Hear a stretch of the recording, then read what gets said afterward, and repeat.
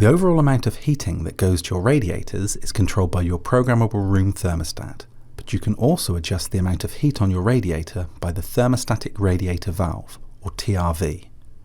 The most energy efficient setting is around 3, and this also gives you scope to turn up and down the heating. You will find that some radiators do not have a TRV on them. This is because they are in the room where the thermostat is. If your radiators aren't heating up properly, or they have cold spots, you might need to bleed them. A radiator will need bleeding if it has air trapped inside, as this air stops the warm water from circulating around your radiator. This can make the radiator cold in places, normally around the top.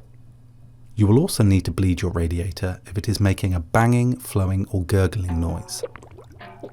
It is recommended that you bleed your radiators once a year, even if they are working properly, as this will not only keep your house warmer, it will save you money too. To bleed your radiator, you will need a radiator bleed key. Firstly, turn your heating on, as this helps build pressure in your radiators that will push the unwanted air out. Next, go through your property identifying where the cold spots or issues are. Please be aware that the radiators will be hot, so take extra care. If you need to, wear a pair of thin gloves so you don't burn yourself. Now you've identified your target radiators, you need to turn your heating off. This is important, as if you don't do this, you risk scalding yourself and covering the floor with water. It is possible that the water coming out will be discoloured, so putting down an old towel now can save you a cleaning job later. This is particularly important if you have carpets. Cover the affected area with any old towels. Insert the radiator bleed key into the valve. This is located at the top, near the side. It looks like a round hole with a square inside. When you insert the radiator key into the bleed valve, you will feel them lock together. If you do not have a radiator vent key, it is possible to use a flat-headed screwdriver.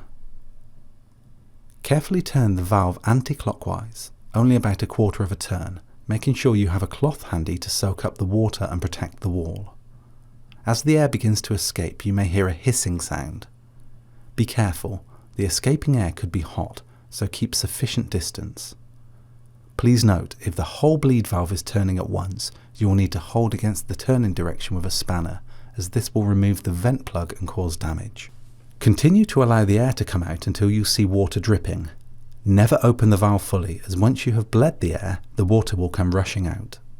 Once all the air has been released, wait for a steady stream of water without any spluttering before closing the valve in a clockwise direction.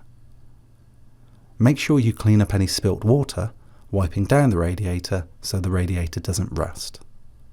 Repeat the process on any other applicable radiator. Once you have completed the task of bleeding all your radiators, the pressure on your boiler is likely to have dropped. Check that the pressure is still within the recommended amount, signified by 2 lines. If the pressure is low, you will need to repressurize your boiler. To do this, turn the valves on the underside of the boiler and the pressure will increase. When it has reached the desired pressure, between the 2 lines, just turn both the valves off. Your boiler should now be working efficiently.